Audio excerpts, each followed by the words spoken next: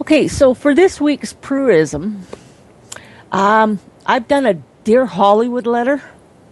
So basically, the letter goes, I saw a clip of Mark Hamill talking about being at Comic Con, and Romney is brought up into this conversation. Now, the beginning of the clip is fine, and then he just had to utter these words. And if you don't vote for Barack Obama, you're insane. Because without him, I think the middle class will completely disappear. And you look at Romney, and I'm sure he's a nice guy, but I think he's like the Thing. He only imitates human behavior. He's not actually human himself. It's like, gee, Mark, did you really have to go there? You know, I was just wondering if it's possible for you to not offend part of your fan base. I'm running out of actors and actresses that I can watch without hearing insults when they're expressing their opinion. It's really, really hard to enjoy a movie that they are in when you hear the insults instead of the lines that they're saying. When I get to that point, the movie is ruined for me. Do you ever wonder why so many movies don't do well at the box office other than many of them just suck? Maybe the paying public, those who pay to see you in a movie, don't want to be insulted. There are many actors that I like that I have absolutely no idea what their political beliefs are, or if I do know, they've expressed them without being rude or condescending. They know which side of the bread the butter goes on. So in other words, they appreciate their fans that by watching them in movies, etc., help pay their salaries. Work can dry up pretty fast if no one pays to see you. Maybe those like the Mark Hamills, etc. of the world should take a hint. Be an Obama fan, express your admiration of him, talk about the policies that you like, but don't take away from your message by insulting people. You enjoy being able to express your opinions because you have free speech. That right is a responsibility too. The responsibility is to not abuse the right or take it for granted. Sincerely, Trish Prue. A fan of some, others, not so much. And that's my Prueism for the week. Shut up and sing, people. Well, when it comes to Mark Hamill, I'm just going to say this. Okay, the guy hasn't had the most stellar of careers since Star Wars. Yes, he has. Actually, he has. Yes, he has. Scenes. He's been the Joker for, no pun intended, he's been the Joker on almost every Batman cartoon since the late 80s, early 90s. He has had a career. He just has been doing voice acting and is now retiring. So he needs people to remember who he is. And that may be it. But you're not going to remember him like you're going to remember Han Solo. I just think he's a Fordist liberal. But you know what I mean? It's like, just keep your mouth shut, go away, fade into the darkness. You know, like I have no problem with an actor having opinion that differs from mine, but when they start insulting, I'm sorry, you cross the line and you take away from your message. You know, I've had enough of the Janine Garofalo's and the Michael Moores, etc., etc., etc., just not appreciating the fact that they have the right to free speech. They've taken it for granted. And that's the shame, because how many people in other countries of the world would die for the right to be able to say what they believe without having to worry about ending up in jail, ending up dead, etc.? You know? Well, they are living in the Soviet state of California. Yeah. They don't get the real world. They don't live in the real world. They've never really lived in the real world. Or if they did, they've forgotten it. Yeah, that's a fantasy land out there. Yeah.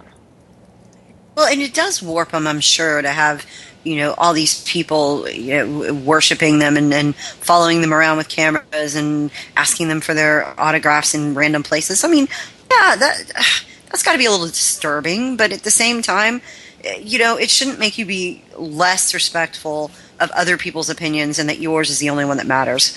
Gah! Did becoming a screen idol confer you with some kind of massive intelligence that no one else had? No. Most of them didn't even graduate from college. Sorry. Not that college graduation is necessary, but don't come tell me I'm ignorant just because I have a particular view and you didn't even get to finish school and have any kind of real, you know, educational experience. What? No.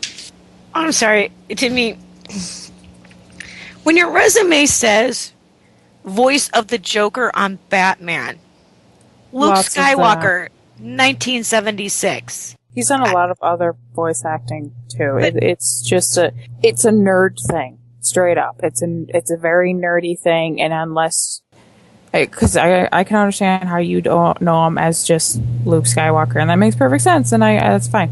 But people my age know him as much more than just that, because we grew up with these cartoons and with Star Wars, and there is a lot to it. I mean, I have friends who are bummed when they found out he was retiring and stuff. But needless to say, when you're a Hollywood, standby, whatever, and that's all you've ever known, your politics don't matter, period, whatsoever. Yes, we're aware that you're going to donate to XYZ, and that's the default assumption of everyone. Now, when you don't, then people will be surprised, and there'll be the hush hush, oh, did you hear? And then, unfortunately for them, most conservatives are panty waist bitches who only listen to shitty music.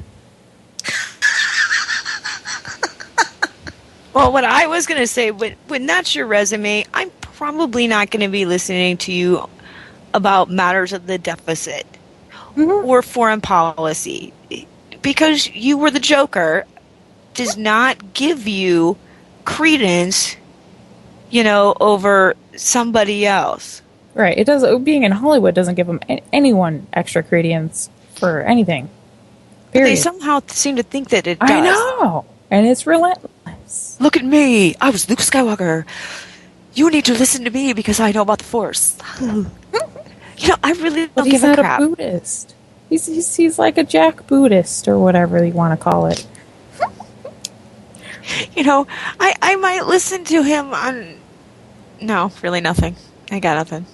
I love voice actors. It just always disappoints me when any actor, any celebrity, any musician or whatever just decides that they think their opinion is more important.